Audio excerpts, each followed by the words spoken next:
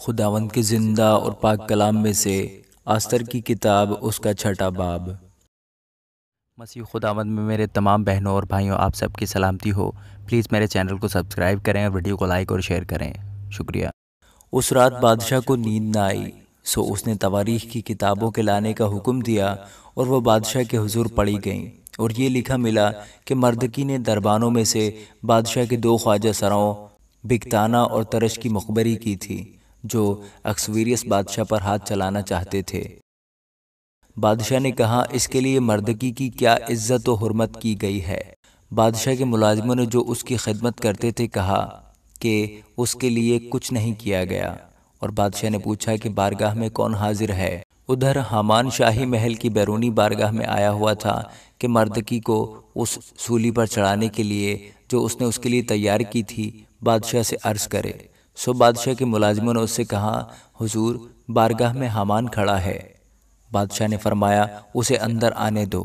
سو حامان اندر آیا، اور بادشاہ نے اس سے کہا، جس کی تعظیم بادشاہ کرنا چاہتا ہے اس شخص سے کیا کیا جائے؟ حامان نے اپنے دل میں کہا کہ مجھ سے زیادہ بادشاہ کس کی تعظیم کرنا چاہتا ہوگا؟ سو حامان نے بادشاہ سے کہا کہ اس شخص کے لیے جس کی تعظیم بادشاہ کو منظور ہو، شاہانہ لباس جسے بادشاہ پہنتا ہے، اور وہ گھوڑا جو بادشاہ کی سواری کا ہے، اور شاہی تاج جو اس کے سر پر رکھا جاتا ہے، لایا جائے۔ اور وہ لباس اور وہ گھوڑا بادشاہ کے سب عالی نسب امراء میں سے ایک کے ہاتھ میں سپرد ہوں، تاکہ اس لباس سے اس شخص کو ملبس کریں جس کی تعظیم بادشاہ کو منظور ہے، اور اسے اس گھوڑے پر سوار کر کے شہر کے شارع عام میں پھرائیں، اور اس کے آگے آگے منادی کریں کہ جس شخص کی تعظیم بادشاہ کرنا چاہتا ہے اس سے ایسا ہی کیا جائے گا۔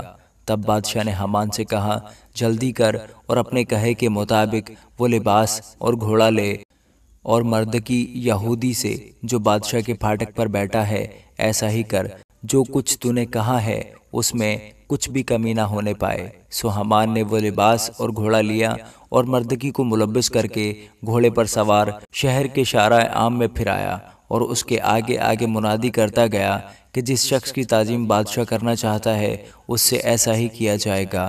اور مردکی تو پھر بادشاہ کے پھاٹک پر لوٹ آیا، پر حامان آزردہ اور سر ڈھانکے ہوئے جلدی جلدی اپنے گھر گیا۔ اور حامان نے اپنی بیوی زرش اور اپنے سب دوستوں کو ایک ایک بات جو اس پر گزری تھی بتائی۔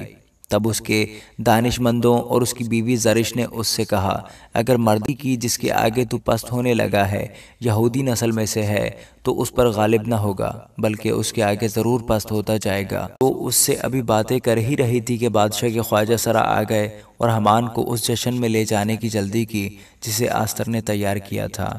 آمین۔